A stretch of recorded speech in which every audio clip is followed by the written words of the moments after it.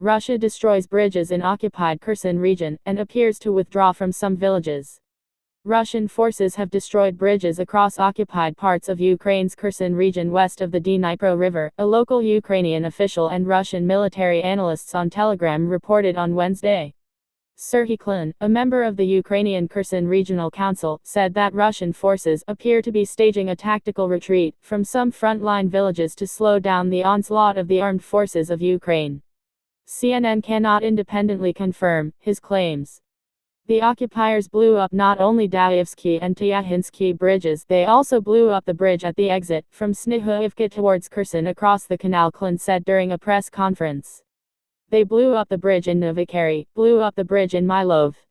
The occupiers are now blowing up absolutely all bridges in the occupied Kherson region west of the Dnipro River. Images and reports from Russian propagandists and military analysts on Telegram appear to corroborate those claims. A popular Russian military analysis channel said Wednesday that the destruction of bridges across the Kherson front began to slow down the advance of the AFU armed forces of Ukraine. Klin said that Russian forces were withdrawing en masse from frontline villages along the western bank of the Dnipro River. He said that though it was not yet possible to officially say that Russia had abandoned the settlements, Russian forces were no longer present in Kakharivka, Mylov, Novikary, Berezynsk, Sukhanov, Chervony Yar, Pyatakhatki and Sadok. We must admit that the occupiers are running away. The occupiers are retreating, Klin said. The most important task for them, with the reinforced checkpoints that they are now doing in Nidnipryansk on the approaches to Kherson, and in Kozatsk on the approaches to Kakhovka hydroelectric power plant dam, is to ensure the withdrawal of their troops. There appears to have been fierce fighting around the Russian-occupied town of Snihoivka in the Mykolaiv region, just north of the Kherson region. As I understand, the occupiers are reinforcing fortifications in order to ensure the withdrawal of their units from the front line. We can say that under the onslaught of our armed forces, the occupiers are preparing and doing everything possible to make it look like a planned retreat from the front line, rather than an absolute failure of the front, he said.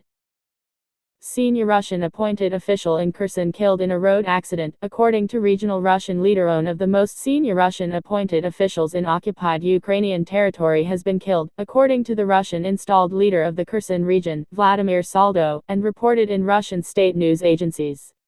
It is very hard for me to say that Kirill Stremisov died today. He died on the territory of the Kherson region, moving in a car that got into an accident, Saldo said in a statement on Telegram. Saldo called Stremisov the Russian-appointed deputy head of the region, one of the brightest, able to speak and present to people the truth about what is happening in the Kherson region.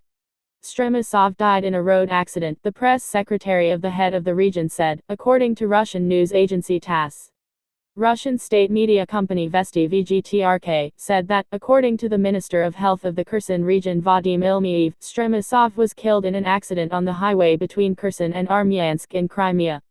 Valeria Petrasevich, head of the non-profit organization, Good Peace Crimean Volunteers, also wrote on her Telegram channel that Kirill Stremisov, deputy governor of the Kherson region, died. The information is accurate, I know personally. It was an accident. Details later. Stremisov, a Ukrainian who was quick to side with the Russian occupation when Kherson fell early in the invasion, had become one of the most vocal and outspoken of Russian appointees. As deputy head of the Kherson region military administration, Stremisov was prominent in organizing and supporting the referendum on Kherson's declared annexation by Russia, and more recently had been the driving force in the evacuation of civilians from the West Bank in Kherson, as Ukrainian forces pushed toward the Dnipro River.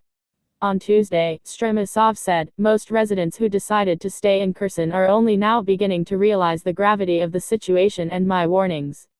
Stremisov frequently wrote on Telegram to describe Ukrainian officials and forces as Nazis and fascists. But he was also critical of missteps by the Russian military. He had blamed the military setbacks in Kherson on incompetent commanders who had not been held accountable for their mistakes. Sevastopol Gov Mikhail Rozvazhayev said that Stremisov was a true patriot of Russia, brave and courageous. In any situation he remained in touch and considered it his duty to inform the residents of the Kherson region about what was happening. This was the case this morning as well. This is an irreparable loss. Earlier Wednesday, Stremisov had published a video on the situation on the front lines, particularly on the fighting around Snihuyevsk north of Kherson city, where there are reports that Ukrainian forces have broken through Russian defenses. Stremisov was 45 years old, according to Vesti.